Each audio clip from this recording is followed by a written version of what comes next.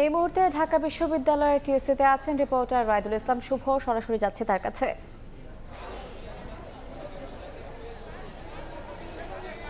টিএসসিতে গণমানুষের যেন ঢল নেমেছে, যে যার মতো করে বন্যার্তদের পাশে দাঁড়াতে যার যা সামর্থ্য রয়েছে, অর্থ থেকে শুরু করে বিভিন্ন শুকনো খাবার, কাপড় থেকে শুরু করে বিভিন্ন সামগ্রী নিয়ে হাজির হয়েছেন টিএসসিতে। এবং আমরা দেখেছি যে সকাল থেকে অনেক মানুষ পায়ে হেঁটে, গাড়িতে করে, ট্রাকে করে, বিভিন্ন ব্যক্তিগতভাবে, কোম্পানির মানে সম্মিলিতভাবে কিন্তু তারা তাদের এই বন্যার্তদের মানুষের পাশে দাঁড়ানোর জন্য বিভিন্ন সামগ্রী নিয়ে হাজির হচ্ছেন। আমরা এখন টিএসসি যে কেন্দ্র রয়েছে, মেয়তন কেন্দ্র, ওখানে যে মাঠটি আমরা দেখতে পাচ্ছি, এখানে কিন্তু কাপড় যেগুলো রয়েছে, সাধারণ মানুষ যারা রয়েছেন তারাও কিন্তু কাপড় দিয়েছেন এই বন্যার্তদের, যারা যেহেতু তাদের জীবন নিয়েই আসলে বেঁচে ফেরার একটা উপক্রম নিয়ে উঠে আসছে, তাদের কোনো কিছুই নিতে পারছে না, তাদের জন্য এই যে বেঁচে থাকার জন্য বা নিজেকে সুস্থ রাখার জন্য ভেজা কাপড় থেকে এই কাপড়, শুকনো কাপড়ের যে ব্যবস্থা রেখেছেন সাধারণ মানুষ, তারা কিন্তু টাকা, শুকনো খাবারের পাশাপাশি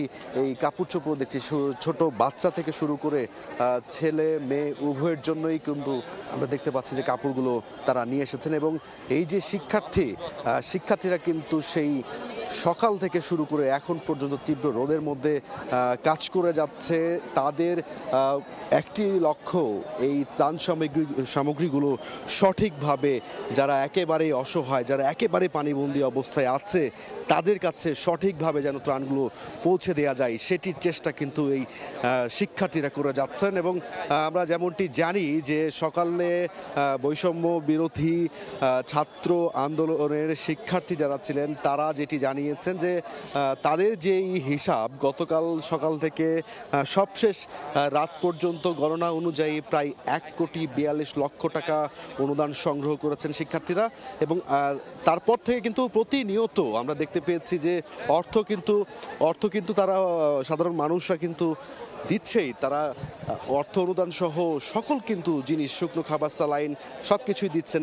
এখন যে বিষয়টি বলছেন যে খাবার, স্যালাইন, ঔষধ, পাওয়ার ব্যাংক, মোমবাতি, এই সকল জিনিসগুলো কিন্তু সবচেয়ে বেশি প্রয়োজন, এবং বিশুদ্ধ খাবার পানি, এগুলো কিন্তু সবচেয়ে বেশি প্রয়োজন বলে শিক্ষার্থীরা বলছেন। তো একে একে কিন্তু ট্রাক বের হয়ে গেছে।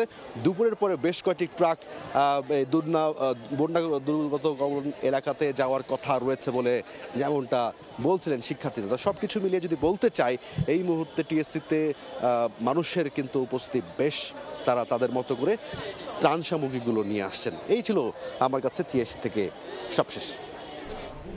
সরাসরি ছিলাম ঢাকা বিশ্ববিদ্যালয়ের টিএসসি প্রাঙ্গণে।